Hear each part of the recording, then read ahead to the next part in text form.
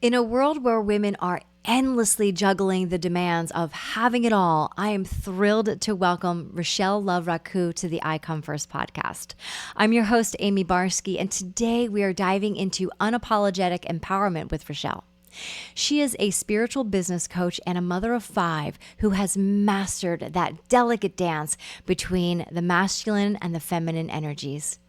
Together, we'll explore how embracing your anger and rage versus suppressing it can actually propel you towards your deepest desires. And we're taking a look at the mysteries of the dark feminine and how harnessing this kind of energy can deeply transform your entire life.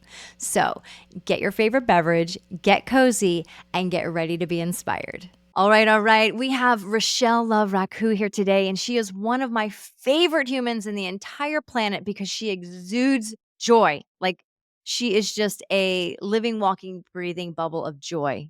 And I just absolutely love that. So, Rachelle, welcome to the I Come First podcast. Let's do a brief intro before we get to some of our delicious questions today. Yay, Amy, I'm really excited to be here today. My name's Rachelle Raku, as you just said, and I am a six-figure spiritual business coach who loves helping women birth their big dreams. It's a passion of mine. It lights me all the way up. When you say joy, it's because I live and work in a field that really lets me be in the genius of who I am and also be in the play of like what we get to be as humans when we do big things. We put ourselves first and run to our big goals. Yeah, it's huge. It is very huge. You and I have known each other for about 5 years now or so. I feel like we've been in each other's worlds, each other's spaces, and I have just watched you build your empire, if you will, and just blast off and support myself along the journey and just really have a good time along the way and be truth to your rawness and your realness in the same way. And I just absolutely love that about you, and I think this is what attracts you into my life. Like, I need more Rachelle in my life. So, for those who are listening today, I highly recommend that you bring this woman into your world. And we're going to dive into a juicy conversation and leave all those details at the end so you can connect with Rachelle. So, Rachelle, we often hear in this personal development world, this space, the importance of the masculine and feminine dynamics. And this is something I've been really attuning myself to in the past few years. And it has been a really beautiful ride to learn more about that. And so, how can women effectively harness both energies in their personal and professional lives, particularly in a very male dominated field? Yeah, I love that question because there is so much of that, right? Not just in the fields we're in, but in society as a whole. It's kind of been set up in the masculine for a while. Like not till 1952 could we open bank accounts without our husband letting us do that. So it's like they'd have to co-sign for us to be able to do it. So there's also a whole lot of underlying and societal stuff that is there. But it's this dynamic of what's happening within us that we really have the ability to change. And we really have the ability to come home with and play with. And often when we play with that internally and we start to learn about it, we start to learn about what's happening, what our go-to states are, what ones feel better for us, then we get to bring those back into unity. And that really helps our life flow. When you're talking about joy, Amy, like I like to call it radiance, right? When we have our masculine switched on and he's there for us and we're containing ourselves in a way that we feel safe because we've always got our back and we'll make room for ourselves when we need to. And our feminine can really surrender. She can be in her creative juices. She can really be passionate about the Word. life she's living. And she can really turn her energy all the way up when she's feeling that safety. Mm, So that's what I'm talking about, like that juicy energy that you get to be and live and move through life in that helps every area of your life, mm, not just business, but every area of your mm. life. So it sounds like this connection to our internal own masculine in relationship with our own internal feminine is the way to create the safety within our own bodies so that when we show up externally in our worlds and our workspaces and places that might feel male dominated, we truly get to be in that radiance of, I am here, I belong here, I bring value here, and there's no question about it. And our femininity is like, it's a superpower, right? It is really a superpower because that's what the feminine feeds the masculine energy. And so, even in those work environments that you're talking about, where there's more of a masculine dominance and the measures of success are usually more around doing, which masculine energy is around doing and driving and achieving goals, creating structure. And so for business, that's a really normal energy for our businesses to be in.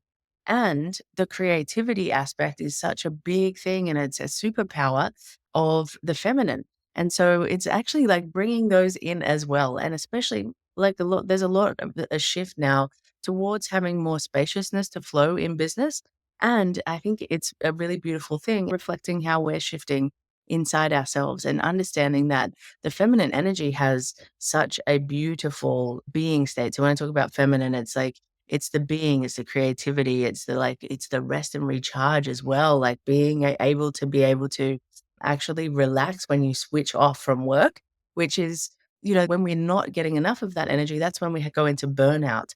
And so it's why it's so important that we have a look at both at all Mhm. times.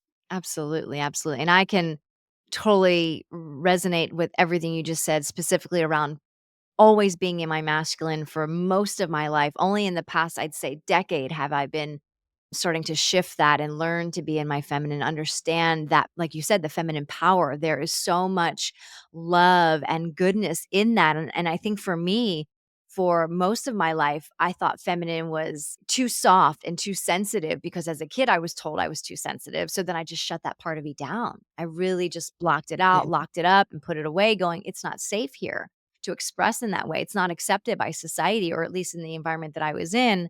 And so, yeah, it didn't feel good, right? And so I went down a whole nother path of structure, structure. And it was great for lots of things. Efficiency, leadership has so much value in our lives. And we get to look at, like you said, when it's time to shut work off and go be with your friends, your family, your loved ones, can you actually do that?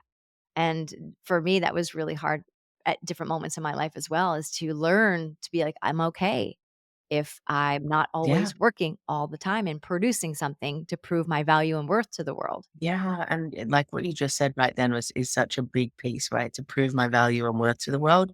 Like it's such a juicy piece. It's a journey I've been on. I'm sure I will continue to be on. There's always like things that come up where you're like, oh wow, I am doing that again. Like Oh, I'm looking for that external validation instead of knowing self-sourcing that I am good, I matter, and I am worthy of just being, right? Like of just being. And it's wild because we get taught so much and it's really set up in our society to have that masculine energy be like, yep, if you're doing all of these things, then you're loved. If you're doing all of these things, then you're acceptable member of the community. If you're doing all of these things, then check, you've got it right, And it's harder to measure. Like the feminine energy is much harder to measure if you're doing it successfully or not. And so it becomes, I can't explain how I'm feeling that's different to how I was before, and so, well, I mean, you might be able to explain it, you might not, right? But it's challenging to measure that right. thing. And we use measurement as such a Yes. big yardstick of whether we're doing life right Right. or It's not. not a tangible thing, generally speaking, right? It's not like, oh, here's my car, here's my house, here's my X, Y, and Z, and you can hand something to somebody. I love this. Okay. For women who are listening right now who might be struggling to find their voice, step into their power, what's the single most important piece of advice that you would share with them? I love this so much because all the advice is different for everybody. But the biggest thing you can do is coming home to yourself and the trust that you can create in yourself. And that's a big thing to say is like, what's the single thing, right? Because it's like that is in itself has so many different layers and so Mhm. many things. But really to shift this, it's about coming home and loving on yourself for who you are, exactly as you Mhm. are. It's catching yourself all the time when you go into that shame spiral or that guilty spiral or I've done the wrong thing. Instead of going into that place, it's actually catching yourself and going, hey, like I'm doing the best I can with the tools I have and just pouring love back into Mm. yourself. Because when I talk about the masculine energy providing containment, when we have like I'm going to externalize just for the example, but if our man is there and he's providing for us. He's like, "It's okay, baby. Like you're having a big emotional experience." And he's like, "It's okay, baby. Like let me spread the room out, get you all the tissues and the chocolate and the things." Like they're all very like action steps, right? And he's creating space for you to be in that emotion. Like that is a really big thing. That's when I talk about masculine energy. When we're doing that on an external level, instead of going in that mean girl self beat up loop, we're going, okay, actually, I'm a pretty awesome person. this thing is going to teach me. I'm going to learn from whatever it is that would just happened, or I'm going to have a look at it and be like, hey, that's not actually mine. That's the other person's thing. And I get to catch myself and pour love into me. That's the biggest thing. Mm, Every time that voice comes in that's kind of sort of self depreciating and is like you being mean to yourself, it's catching it and loving on yourself instead. mm, That's how we really build that safety within ourselves. yes. And I feel that I can speak for myself, the perfectionist part of me gets so excited to drive the car, if you will, she just wants to take the steering wheel all the time to get it right because there's the desire to fit in, to belong, to be appreciated and all the things that we want from another human being that sometimes that either it's the perfectionist or the people pleaser for myself that drives the bus and sometimes it's just driving me right into the walls because I'm not giving myself an opportunity to be held by somebody else. I'm not giving myself an opportunity. Like a lot of my clients that I work with, they are full fledged, well practiced people pleasers. And so, as a recovering people pleaser, as I like to say, I am, inspiring them and guiding them towards unpacking that for themselves because I can so relate to it. That perfectionist part of ourselves, that people pleasing, I want to be so right and have everything so right and have everything so perfect. And sometimes it's just we're still human. We forget that we're human. And so I love that you mentioned the catch part, the catch and then the compassionate part.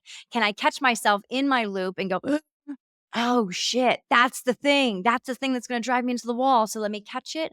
Let me pour in a lot of compassion and love and appreciation for myself and start to dismantle the armor that's just wrapped around our bodies, to guard ourselves and protect ourselves. And I think there's a beautiful gentleness that gets to come along with it, right? Because we all are, and I'm really lucky, as you are too, Amy, that I get to see very intimately into hundreds and thousands of people's lives, like very intimately, their deepest, darkest things. And it's a beautiful gift because it allows me to see that we all have the same sort of things wrapped up differently, and we all feel the same about them. And I want to just leave that here because it's really important because we had a lot of things that happened to us as children, and that's what's playing out now.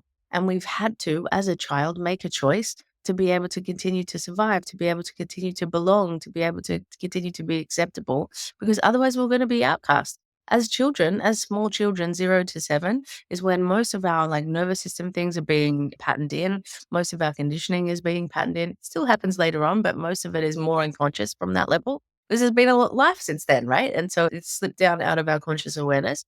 And that's usually the thing that is driving the bus, that perfectionism. For me, I had the opposite. I had the like stuff up as the bottom.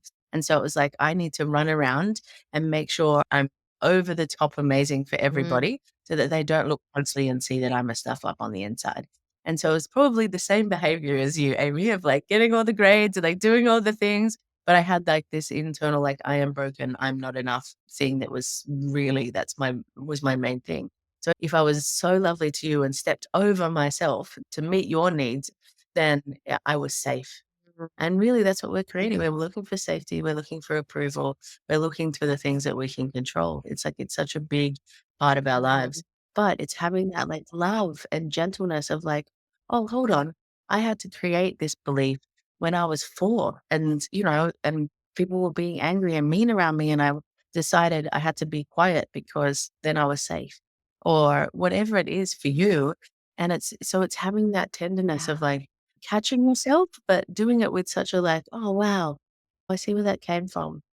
Let me love the little 4-year-old, like, who had to make a really big choice that got you to here with enough safety that you're listening to a podcast, so you have to be there's a certain level of you're still alive, right?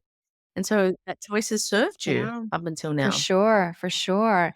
And, as children, sometimes, well, most of the time, we don't have parents who have the capacity because they're in their own loops. They're in their own trauma. They're in their own BS systems that are getting in their way, and they don't have the skills or the mindfulness around it. And so, therefore, they don't know what the heck to do with a child that might feel, too much all the time, or who might be rambunctious, or who might be causing problems, the rebellious type of energy in the house and things like that. And Yeah. it's fascinating and it's beautiful. And we can say, you know what, it's your parents' fault.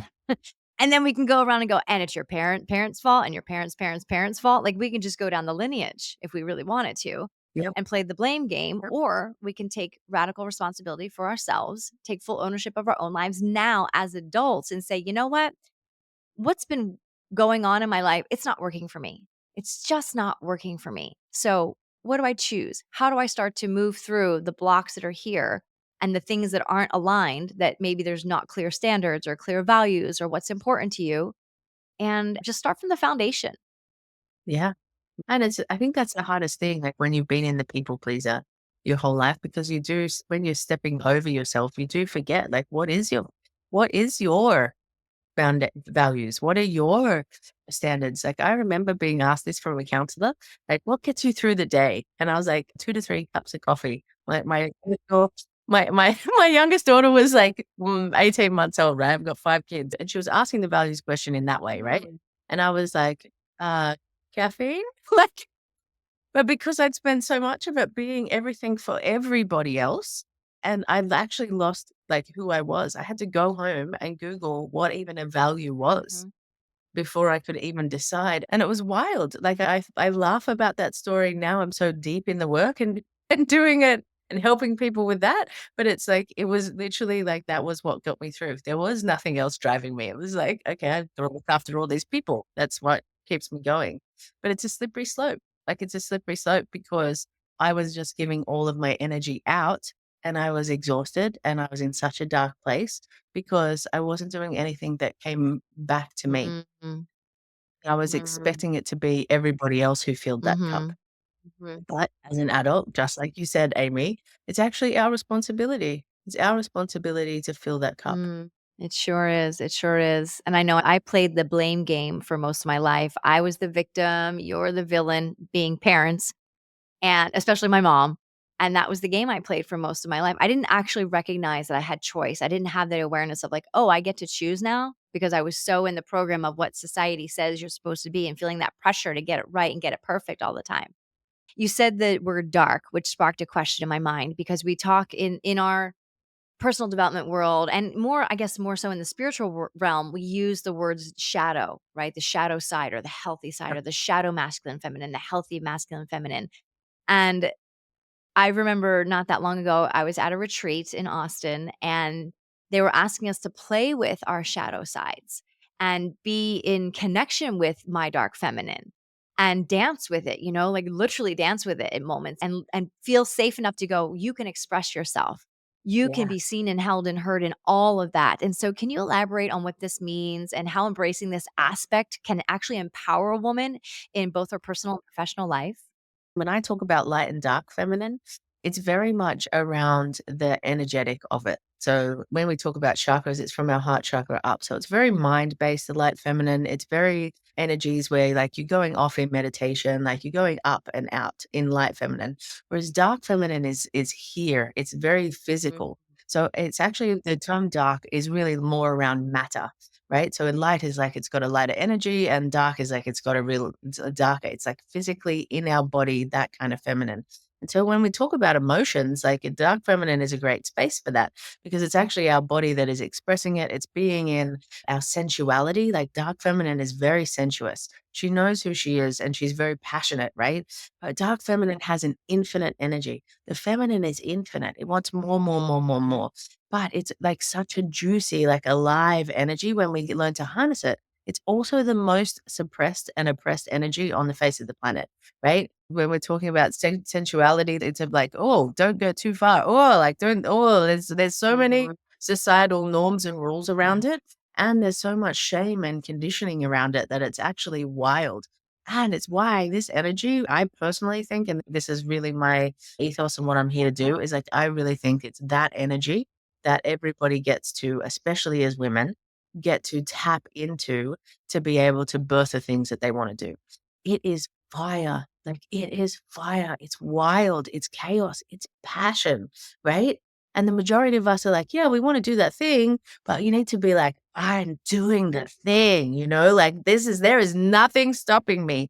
But when you talk about shadow versus, I like to call it toxic, but it's the same shadow versus the healthy embodied version. There is both of that in every energy, like dark, masculine, and feminine.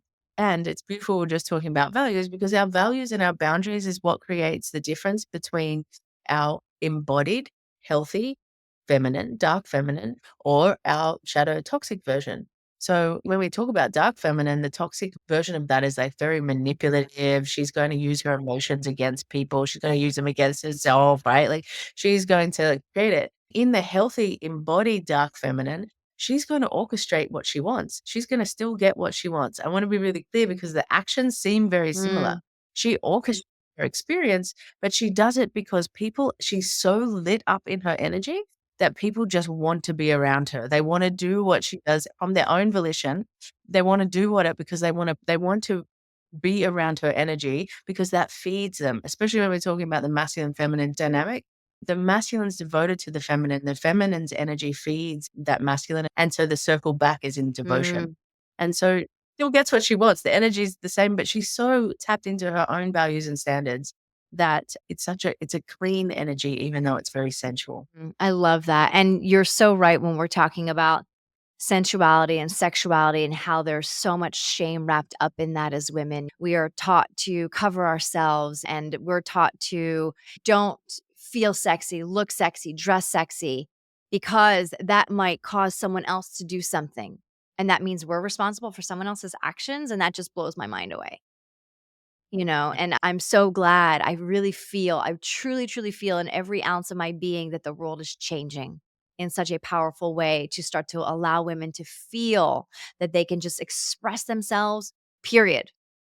No ifs, ands, or Yeah. buts, no excuses, no reasons, no justifications, just simply because this is how I want to express myself. And there should be no repercussions for that. There should just be simply like, oh, cool, you're going to express yourself like that. Of course, in a safe and healthy way.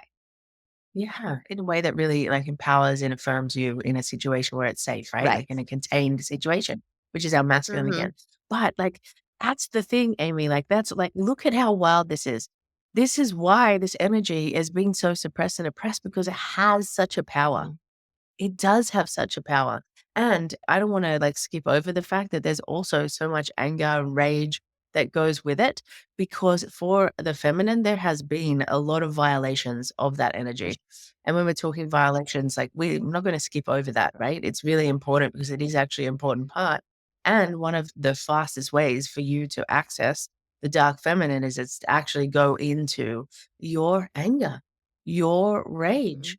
Like, there's a lot of especially if you're doing, like, womb work or just accessing these parts of yourself, because it's been suppressed and oppressed, not just here, but we know that our DNA has memories, right? If you take an organ out of one person and you transplant to another, there's plenty of cases where the new person has memories of the old person. So it's scientific fact now, right?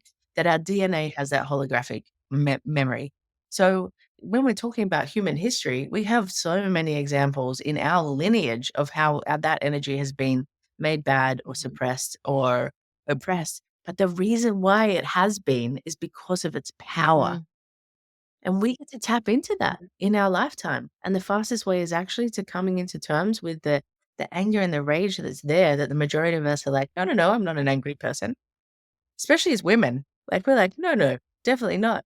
But, like, anger is the most motivating, the most beautiful. Like, Amy, we work in places together where we get to let people actually express and, like, go to the full range of that energy. I know for me, like, when I go to the full range, it feels like Mm. God to me inside my body. It's such a good feeling. It literally is such a good feeling to say, I am going to give myself permission to actually feel this anger, this rage. And when you unleash that beast that we all have access to this. Once it's unleashed, one, for me, there's such a lightness that happens. And when I was doing a process with a client the other day, she was just going for it. I mean, we built a safe enough space for her to just bring it on, like, just bring it full on. And when she was done, she just felt like a brand new person. She was like, "Who am I? I just feel so different in my body. I feel like I'm not so heavy, so dense." And so Yeah. it's definitely powerful to tap into that rage, that anger. And and if you're listening and you've said to yourself, "Oh," again, kind of like similar to what Rochelle said, "Oh, I don't have any anger." No, no, no, no, no, no. the invitation is to try. Just literally try. Put on some crazy song that just gets your blood going and pumps you up, and just go and punch some pillows and just see. Like, just see what happens because you don't know until you try it on. 100%. And look, when you have been so disconnected from your anger, which a lot of us have, it's really normal that it takes a little bit. Like sometimes it might not be like, I highly recommend going punching pillows. There's some great tracks that you can really play with anger. And I highly recommend it. Like going and saying, hey, I'm feeling angry about this. You don't even have to really name it. Like you can actually just go there and see what happens. But also sometimes you're not ready to go that far. And so maybe it's writing it out, but it's really about getting the energy that's inside of your body, outside of your body in some way. So maybe it's grabbing a piece of paper and a red pen and just scribbling, like scribbling all over the Mhm. page with passion so much that you're like, the pen kind of rips up the page as you're going, like really get into it, you know? And then even in the movement of that space, you might then want to like thrash your arms around. I love getting a pillow and pushing and pulling with it. Like there's something about the push pull Mm. energy and pushing people away that's really does Yeah. something for my nervous system. And it's like, it's such a beautiful place. I like to call them tanty dates, a tantrum date. So I have a tanty date with myself. Like I get ahead of it I call it my sacred rage. I get ahead of that because it was popping out all over the place before. I was really good at passive aggressive. I was really good at putting little snippets in. I was really good at just being angry. Like the place I can tell if I'm most centered or not is if I'm in a car park. Like that, for some reason, I'm a whole other woman. If people drive really slow to find a car park, I'm like a whole other woman, right? Right. And so I can tell where I'm at and if I'm ahead of the game or not by that, where by the what happens on the internal thing. So there's going to be an area of your life where it's like acceptable enough for you to feel that anger and you'll be able to feel a snippet of it. But that will probably show you like there is some there. Yeah, I love to use an example as a car park, or for me, it's traffic. You know, I used to be such an aggressive driver, like aggressive and entitled. Like, get the fuck out of my way. Why are you going so slow? Why are you in the left lane? Don't you know any better? You're so stupid. Like, judgmental AF. And I noticed as I've been doing this work and as I've been allowing my own rage and anger in a safe place to feel released and, on the outside of my body, not be carrying it anymore, I don't really have those issues when I drive anymore. I just go, oh, okay, you want to go over Yeah. I'm just going to go over here then. Like, you do you. Yeah. You know what I mean? But it's so true. That's such a measurement of like where you're at on the emotional scale of like volcano wanting to explode or like, no, I'm doing really well today. Yeah.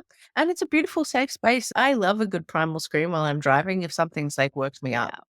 This is a great way to get it out. My kids and I all do it together. I've got one child who's auditorily, she gets overstimulated. So literally, we will pull over. She jumps out of the car. We all scream, like scream, scream, scream, scream, scream, scream. And then we're like, hey, babe, hop back in. And then we'll just keep driving because it's like we just get to let the energy Mm, out. We spend so much time like bottling it in and putting it in that it's like, it's exhausting holding in that big an energy. mm, And just go spending like 30 seconds screaming at the top of your lungs or 2 minutes punching something, like it releases so much more than just like the physical movement of the energy. Like it's the not needing to hold it anymore. When you talk about the lightness, it's like, oh, now I create space mhm, within me and I can feel it with whatever I mm, want. If you want to feel it with more rage because you're fired up about something, do it. mhm. Like, do it. Anger is the most motivating emotion. If you wanna get something done, get angry about it. Get passionate about it. Mhm, mhm. And I really want to emphasize, you said, 2 to 3 minutes, 30 seconds, like, it doesn't take a massive 3 hours out of my day to go through these whole it doesn't need to be that. It can be something so simple as, "You know what? I've got 3 minutes in between X, Y, and Z, X, Y, Z. Let me get that pen out and just let it go on the page." Like, give yourself that permission slip and make the space. If you gave yourself 5 minutes of self-care and one of them included 30 seconds of primal screaming, like, what a difference your day is gonna be. And I think sometimes we have this impression in our head that it has to be this whole long, drawn out experience, and it really doesn't. It's the maintenance. Yes, I encourage coaching and learning the processes first, yes, but once you have the tools in your toolbox, like, that's the gift. that's the gift you get to walk away with after you coach with somebody, hopefully that's trained, an expert in somatics and all of this yummy nervous system work. It's that game of here's a bunch of tools and I can pull one out of my pocket and use it whenever I need it. And then maintenance my body, maintenance my nervous system so that I can be in the world going, oh, I'm giving from love and excitement and joy and passion, not from regret or resentment or anger or frustration because I'm supposed to. And so it's that game Yeah. for me that I've been playing, and it's so much fun. And it's such a beautiful place to be in and coming home to yourself, right? Yeah, and I love that you're saying that we're coming home to yourself, really being back in your body and feeling safe in your body and feeling good and feeling vibrant and feeling alive and feeling like, "Whoa, I can give out love because I've got something to give that's just illuminated inside of me and it's just pouring out effortlessly." Rochelle, you mentioned, you've got kids. I know you've got 5 beautiful humans and you've got a career and you've got, responsibilities and you've got a beautiful spiritual practice. And there's so many women that desire something similar. What's a practical way to start to integrate these different aspects of our lives that can feel so separate? I feel like for a lot of women, how can they start to integrate to bring it into one place of like, I welcome myself home wholly? Yeah. And I think this is the thing because we love it to be a big grandiose gesture and you do this one thing and then it's done, right? And I'm not saying that can happen, right? Like that can Sure. happen. There can be moments in your life where you're like, whoa, I had a moment in one of Amy's breath work and I birthed in the breath work and I like had this like baby here and it was like just this honoring of myself, right? And so it can be those moments where you really come home in one, but it's really just about catching yourself all the time with love. Mm. It's like catching all the times where you're actually being mean to yourself. Like even in the anger piece, having a tool where you like go and you really allow that energy to be moved. And then instead of being like, oh my God, I'm so angry, like look at how much energy that is in my body. Like look how amazingly like warrioress I am right now, and because we're taught so much Mhm. to look for the bad and to look for the things that are wrong. And it's like wired into our nervous system. So our job is to constantly catch that and not make ourselves bad when we catch it, right? It's biggest thing you can do is just meet yourself in love in every moment and be like, "Oh, I see why that pattern is there." Like, I can see that it happened, that happened from when I was a child, or that's always been there, like, and loving that part of ourselves and that pattern. All of our beliefs and patterns that are, like, here and nagging at us, they just genuinely wanna be loved. I like to see them as, like, our little inner children, and they're, like, trying to go, "Mom, mom, mom, I need your attention." And we kind of go, "No, that doesn't exist. No, I'm gonna leave that over here," or we just, we just use it without even thinking. It's actually like a part of ourselves that we get to go, "Oh, I see why you're here," and choose effectively. Like, choose, "Is this effective for me or not?" Like, as the woman I am, do I let that part of myself who's obviously got some stuff happening, do I let them run the show? Mhm. But it's from a place of like they're here as well, right? They're here as well, and so we're going to love them and hold them and Mhm. take them on the journey with us rather than being like, "You need to go over there in the corner and cry over there, and when you're good, come back," Right? you know? Yes, and I love that the underlying word that I keep hearing is be curious, be curious, be curious. Why is this pattern here? Why is this thing that feels so familiar showing up again and again and again? And I'm gonna kind of shift a little bit of a gear here around sometimes, and I've said this to myself many times and to coaches that I work with, like, why is this here again? Like, I feel like I'm in the same spot, or I feel so frustrated that this is I thought I was over this kind of energy. And, Yeah. what I got to learn about myself and what I help my clients with is there are layers to it all. So can you really say that you're back where you were? Can you really honestly is that actually That. truth? And then, of course, they're like, "No, it's not actually true," right? And then I go, "Okay, great." And then so we start to close the gap of what they did learn between then and now, and that this is simply another layer, and we get to work through that now. Yep. And I think that's the biggest thing that we get sold in this kind of coaching spiritual world is like, oh, you do the work and then it's done. Oh, hell no. That thing might be your dharma. Like that thing might be your thing you get to meet with for the rest of your life. And it's actually how we tell we've grown or not is how we be with that Mhm, rather than what if it's here or mhm, not. Because there's as we're growing, and even the fact that you have awareness of it shows you're in a different place than when it was just doing you and you were just in it and you didn't know it was happening, right? And then you went and got some help and then you were like, oh yes, this pattern is here, right? So there's that identifying stage that if you're already aware that the pattern's coming up again, you're in a totally different space. You're seeing it from a totally different space. And that's your growth. Like that is what you've done. And it's some of the things that we have are probably going to be things that we dance with for the rest of our lives.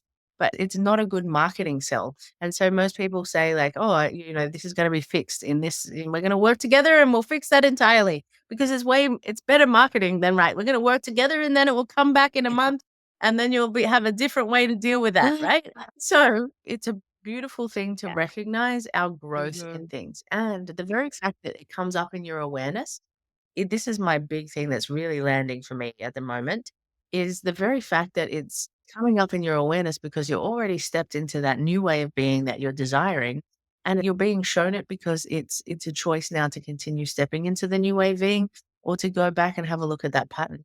So that pattern is being shown to you. It's being Yeah. revealed because it's not who you are anymore. Yes, and honestly, when you recognize the pattern, the final thing is the choice. Am I gonna choose the same pattern or gonna choose something else? And when we choose the same pattern, 'cause this is what I did for a long time, even though I had some awareness around it, I was still choosing, and the only person we can get mad at then is ourselves. Like, there's no one else to blame. Like, I had no one left to blame except for myself, and I was like, "Oh, shit. Okay, okay," you know?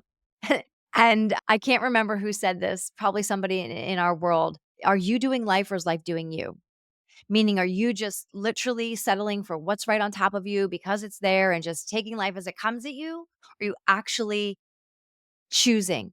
And I remember, Rachelle, it was, oh my God, I'm going to say this and let me know if this is not accurate, but it was in the fall of 2022, I believe, maybe 2021. And you and I were on a call and we said to ourselves, we were in a program together and we were like, we get to deliberately design our lives. What do we want our lives to look like? Do you remember that at all? Yeah. And Yep. I just Yep. felt so like, oh my God. And the life that I designed then in my brain was like, there's just no way. But in my heart, I was like, "This is possible. This is what's gonna happen." And I'm writing all these things down and I'm like, "Okay, now what do I get to do to create this, to bring it into my reality?" And step by step, day by day, month by month, I just kept going and going. And here I am today, for the most part, living that life. Sure, are there tweaks and other things that I desire now? Absolutely. Of course, right? That's the beauty of the feminine. We get to, like, re-choose all the time. Yes. And Amy, like, I had that moment when I was flying over to do the workshop, and I'm in the plane, I'm traveling internationally to do the thing that I love, right? Like, to do it. And I, like, literally sobbed on the plane for, like, I'd say a solid hour of just, I'm living my vision board. Like, I am living this thing that when I wrote it down, it seemed so far away. Mhm. It seemed like I didn't even know how to make that happen, and I didn't at the time, right? Like, I didn't. I knew what I loved, and I knew the action steps to take from that moment, but there was a lot of, like, I just take a little bit and the rest kind of reveals itself Yes. after that. But I just had this, like, "Whoa, I have dreamed this into existence." And it's not just dream because I took a hell of a lot of action. I made a lot of aligned choices Mhm. to that. And it was just like, wow, wow. Like, just really letting it land, because I think that's one of the other things we really get to do is stop every now and then and be like, I'm pretty cool. Like, actually made this happen. Mhm. We often have such big visions that we want to get to, like, the end thing, that we forget to stop and go, oh my God, like, look at me. Mhm. Look, I'm doing the thing that I said I would. Yeah, pat myself on the back, right? It's such an important part of this It journey. really is, and honestly, celebration was a massive game changer for me. Massive game changer for my life because I didn't know that that was a thing. And when we have a coach in common that we work with often, when that was infused into my daily practices to not just be in gratitude, but a celebration of what is and what's going on and just my whole body was like, "What is happening?" And it was felt very awkward and weird and strange at first, but the more I practiced it, it's just a word. I talk to my clients all the time. I'm Yep. like, "Celebrating this about you, celebrating that," and they're like, "Why do you keep using that word?" And so when I share with them the importance to celebrate what is and how far you've come already, because we're always looking ahead and chasing that carrot over here, that's preventing us from going, "Holy crap, my life's pretty freaking awesome. I've come a long way." Actually, I'm going to invite your users to have a play in this energy of celebration. Like I would love you all to have a go at the anger exercise as well. But what I'd love you to think about is tomorrow when you get up and you get dressed, I'd love you to get dressed in the energy of like, I've arrived. Like I have arrived. I want you to dress like in the most delightful thing that you have, the thing that you wear and you're like, I feel so good about who I am in this outfit. And walk and be in your life as if you've fully arrived and you've at your destination and you've achieved all of the things that you want to achieve. Like actually drop into that. Like how would you move? How would you feel? Like who are you going to talk to on a day like that? And actually like really play with being in that energy now. I love it. Great. 'Cause that's the secret sauce. When we talk about celebration, that's the secret sauce, right? Yes, I'm excited for that's you. very much the secret sauce, and so I was gonna ask you the next thing was what could be a practice they could start, so there's the practice right there. If you're listening tomorrow, put your pants on one leg at a time, or put your skirt on, or put your dress on, and step in and allow that to illuminate from the inside out what's possible. And I promise you, it will change how you speak and interact with people, how you interact and speak with yourself. Like, I'm not talking about the physical article of clothing. I'm talking about the choice of aliveness, the choice of radiance, the choice of vibrancy, the choice of like, I have arrived, I am here, and I'm worthy. Period. And that will definitely Yeah. shift your day in a different way. Yep. I highly encourage on this day that every time you enter a door, like do it with a sweeping arm action of like, I am here, like announcing with your energy that you have arrived into the room and everybody is going to watch you, like play with your energy.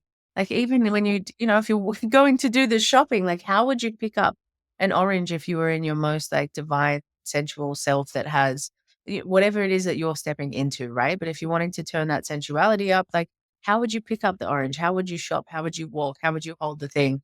Like in your arrived state, like how do you hold yourself? How would you pick up and play with ordinary items? Like what energy would you bring to that? Mm, I love it, Yeah. I love it. Well, we do have to wrap this conversation up, and I know we could go on all day long. So I feel like there was so much we covered in this. There was lots of juiciness around the feminine, the light and the dark, the shadow, the dancing with the feminine, that dark feminine, and the allowance of that sensuality and that expression, and the inner child and the tenderness that we get to be with ourselves.